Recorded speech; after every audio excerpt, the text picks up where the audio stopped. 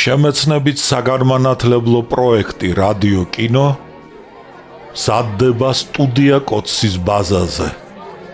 პროექტის ხელმძღვანელი კობა ცხაკაია. პროექტის რედაქტორი ნინო ჩხიკვიშვილი. თბილისი 2025 წელი.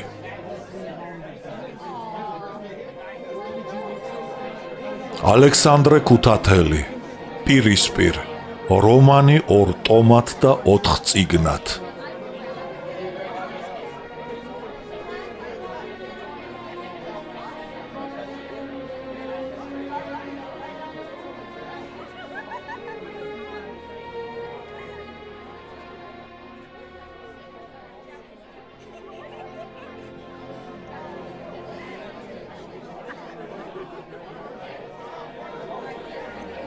საუბარი მე-7.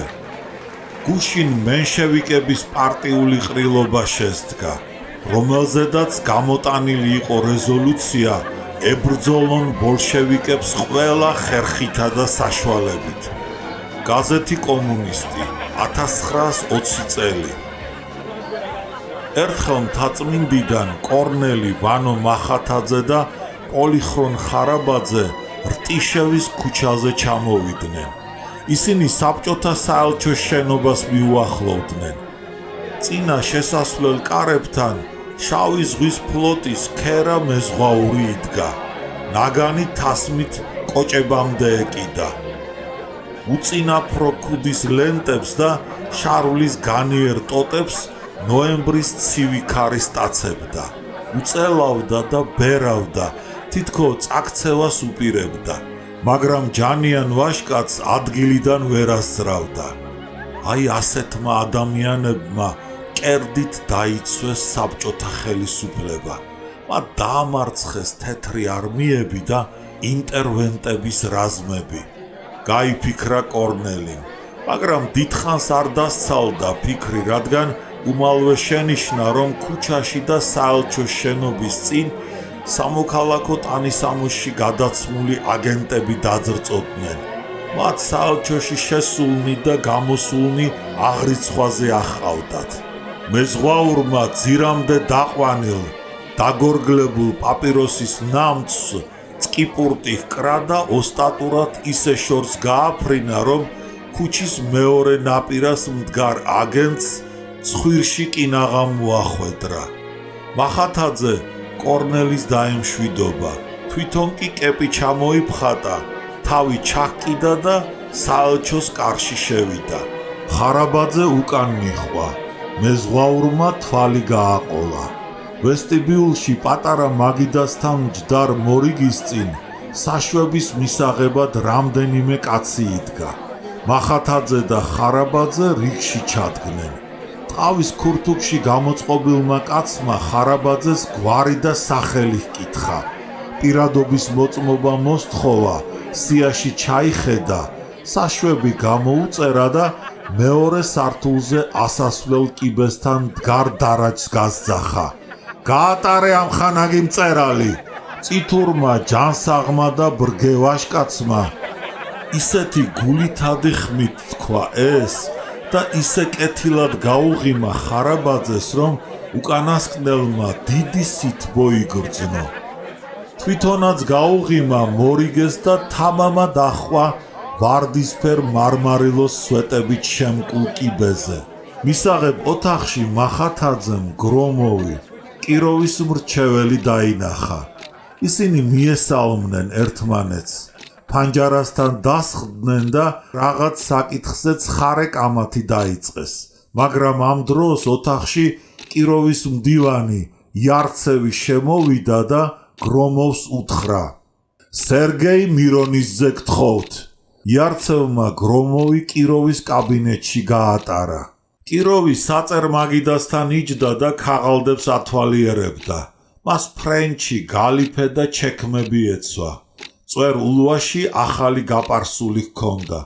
მუქი თმის ბღუჯა შუბლზე ჩამოჰფენოდა. როგორც კი გაიღო კარი, კიროვი წამოდგა, თავი ასწია, გრომოვ შეხედა და გაუღიმა. მან განსაკუთრებული რაღაც ღიმილი და სიცილი იცოდა. სიცილის დროს სახის თვითოეული ნაკვთიც კი უცინოდა. თვალები ეხუჭებოდა და ლოყებზე ფოსოები, ღრმულები უჩნდებოდა. მისი ღიმილი ისეთი კეთილი და გადამდები იყო, რომ გრომოვმაც უნებურად გაიღიმა. როდის ჩამოდით? კითხა კიროვმა და მაგრად ჩამოართვა ხელი. მატარებლიდან პირდაპირ თქვენთან მოვედი. დაჯექით, მიამბეთ რა ამბავია ბაქოში. გრომოვი დაჯდა და ბაქოს ამბების მოყოლა დაიწყო. თანაც სერგო ორჯონიკიძის, ანასტასი მიქოიანისა და სხვა ბაქოელ ამხანაგების სალამი გადასცა. კიროვი რიგიდან ახალი ჩამოსული იყო იმ დელეგაციასთან ერთად, რომელმაც სამშვიდობო ხელშეკრულება დასდო პოლონეთთან. იგი ჩქარა დაწინაურდა და მალე კომუნისტური პარტიისა და საბჭოთა სახელმწიფოს გამოჩენილი მოღვაწე გახდა. გრომოვი მოხიბლული იყო კიროვით. მისთვის საამო იყო მასთან მეგობრობა და მუშაობა. აქ რა ამბავია? ჰკითხა მან კიროვს. მე გავიგე, რომ ჟორდანიას რამიშვილს და გეგეჭკორს თქვენთან მოლაპარაკება ჰქონიათ. რას ამბობდნენ ისინი? სამწუხაროდ არაფერ ახალს და საიმედოს, მიუგო კიროვმა. ჟორდანია ისევ განაგრძობს მერყეობას საბჭოთა რუსეთსა და ანტანტას შორის ორიენტაციის არჩევაში. რამიშვილს ისევ თავისი გავლენის ქვეშ ყავს იგი მოქცეული და ყოველ მის ნაბიჯს სინჯავს და ამოწმებს. სწორედ ამით შეიძლება ახსნათ ქართველი კომუნისტების წინააღმდეგ ამ უკანასკნელ ხანს გაძლიერებული რეპრესიები, შენიშნა გრომოვმა. ხშირი წარბები შეათამაშა, შუბლი შეიჭმუხნა და დასძინა. საერთოდ შეიძლება თუ არა დაუჯეროთ ჟორდანიას მერყეობას მას შემდეგ, რაც მან განაცხადა აღმოსავლეთის ფანატიკოსებს დასავლეთის იმპერიალისტები მირჩევნიაო. როგორ გითხრა, ყველაფერი პოლიტიკურ ვითარებაზეა დამოკიდებული, განუმარტა კიროვმა. ბათუმიდან ინგლისელებისა და ფრანგების წასვლის მერმე მენშევიკები მარტო რჩებიან. ვრანგელი მათ უკვე ვეღარ უშველის. მისი დღეები დათვლილია. კონტრრევოლუციის ამ უკანასკნელი ბუდის დანგრევა უფრო ადრე მოხდება, ვიდრე ჰგონიათ. აქედან გასაგებია მენშევიკების შიში და საოცარი ნერვიულობა. მათ როგორც ცეცხლის ისე ეშინია ბოლშევიკებისა, აჯანყების ეშინიათ. შენიშნა გრომოვმა. ეს სიმართლეა, დაეთანხმა კიროვი. ჟორდანიასთან, რამიშვილთან და გეგეჭკორთან ამას წინათ გამართულ საუბრიდან მე ის დასკვნა გამოვიტანე, რომ მათ ვერ წარმოუდგენიათ, როგორ უნდა იარსებოს და იმუშაოს საქართველოში კომუნისტურმა პარტიამ, რომლის მარტო ოფიციალური არსებობაც კი უდიდეს საფრთხეს ქმნის მათი სახელმწიფოსათვის. ისინი არ ენდობიან საბჭოთა საელჩოს. ისინი უკვე განურჩევლად აპატიმრებენ ჩვენს თანამშრომლებს. მათ ისევ ეჩვენებათ, რომ ჩვენი მისიის სახით აქ საქართველოს რევკომი ჩამოვიდა. ისეთივე აზრის არის ყველა აქაური უცხოური მისია, გარდა ჩეხიისა და იტალიისა. მარკონტელის მეთაურობით, შენიშნა გრომოვმა. მართალია, არის ერთი ახალი ამბავი. თბილისში გამოჩნდა ჩვენთვის საშიში კაცი. დაიწყო კიროვმა თავისი მრჩევლის ინფორმირება. ვინ? პოლკოვნიკი ჰასკელი. იგი ამიერკავკასიაში ამერიკის შეერთებული შტატების ინტერესების გამტარს წარმოადგენს. გრომოვმა ფართო შუბლზე ხელი გადაისვა. სავარძლის სახელურს დაეყრდნო, წინ გადაიხარა და სმენად იქცა. თქვენ იცით, ამბობდა კიროვი, რომ შარშან პარიზის სამშვიდობო კონფერენციაზე პრეზიდენტი ვილსონი გამოვიდა პროგრამით, რომელშიაც ხალხთა თვით გამორკვევას მოითხოვდა. ეს დიპლომატიური ფანდი, რა თქმა უნდა, მიმართული იყო იქითკენ, რომ მას მიეჩქმალა ანტანტის ნამდვილი ზრახვა. შეიქმნა ჯებირი საბჭოთა გავლენის წინააღმდეგ, რომელიც აზიაში და აღმოსავლეთში ინგლისისა და ამერიკის ინტერესებს ემუქრება. ინგლისი და ამერიკა ვითომ და იცავს ხალხთა უფლებას თვით გამორკვევაზე, ნამდვილად კი ცდილობს საბჭოთა რუსეთის დაქუცმაცებას, ბურჟუაზიულ განაპირა სახელმწიფოების შექმნას და მათ გადაქცევას პლაცდარმად საბჭოთა რუსეთის წინააღმდეგ ახალი ომისათვის. ამიერკავკასიაში ისინი მხარს უჭერენ მენშევიკების, დაშნაკებისა და მუსავატელების სეპარატიულ ზრახვებს იმისათვის, რომ ამიერკავკასიის რესპუბლიკები თავის გავლენის ქვეშ მოაქციონ.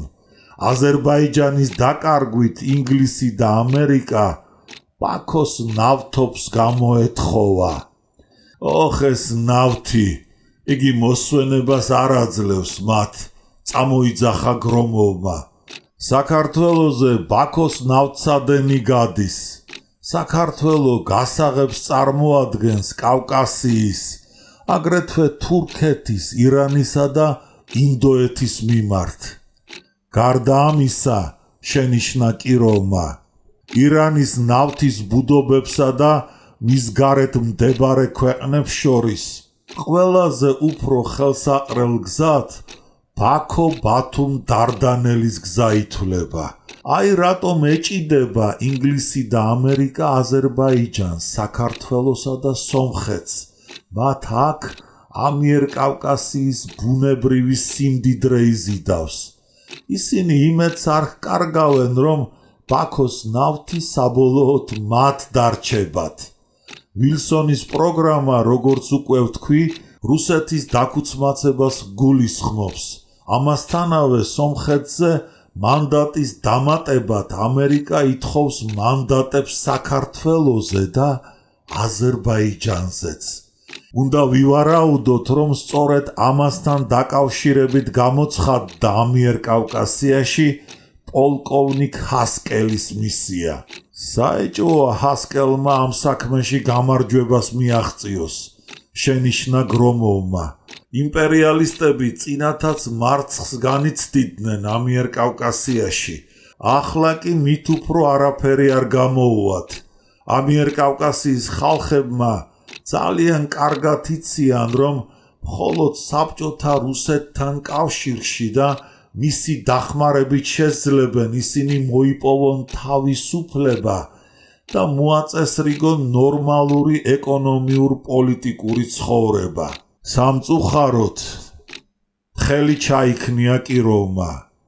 არც მენშევიკებს და არც დაშნაკებს არ სურთ ამ ჭეშმარიტების გაგება. მართალია, ქართველი მენშევიკების საკითხი ახლა ცოტა სხვაგვარად დგას. მენშევიკურ პარტიაში სერიოზული განხეთქილება ისახება. ეს ქმნის შესაძლებლობას ჟორდანიასთან და მის ჯგუფთან, რომელსაც ასე ვთქვათ, ცენტრის პოზიცია უკავია, საერთო ენა გამოვძებნოთ. მაგრამ ჯერჯერობით ჩვენ მაცდამ ამ მიმართულებით უნაყოფოდ ჩაიარა. ჟორდანიასთან საერთო ენის გამოძებნა არ ხერხდება, თუმცა ამ მიზნით საქართველოში გამოგზავნილი ნიკიტინი გვაიმედებს. მე ვფიქრობ, ქართველი კომუნისტები არ ცდებიან, როდესაც ამტკიცებენ, რომ ამის მიღწევა მხოლოდ აჯანყების გზით შესაძლებელიაო. სწორია, ჩანს საქართველო აჯანყებას თავს ვერ დააღწევს, შენიშნა კიროვმა. მერმე მან რამიშვილის ნოტაზე დაიწყო ლაპარაკი.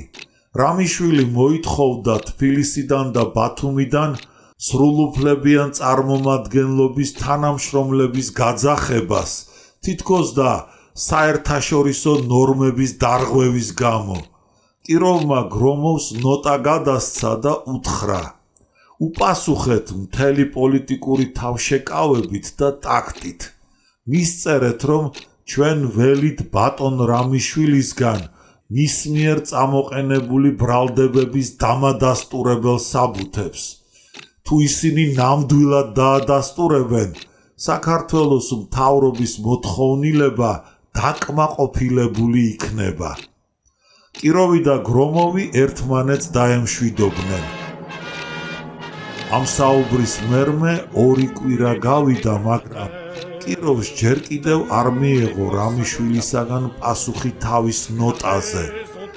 ბრალდებათა დამადასტურებელი საბუთები რამიშვილს არ აღმოაჩნდა.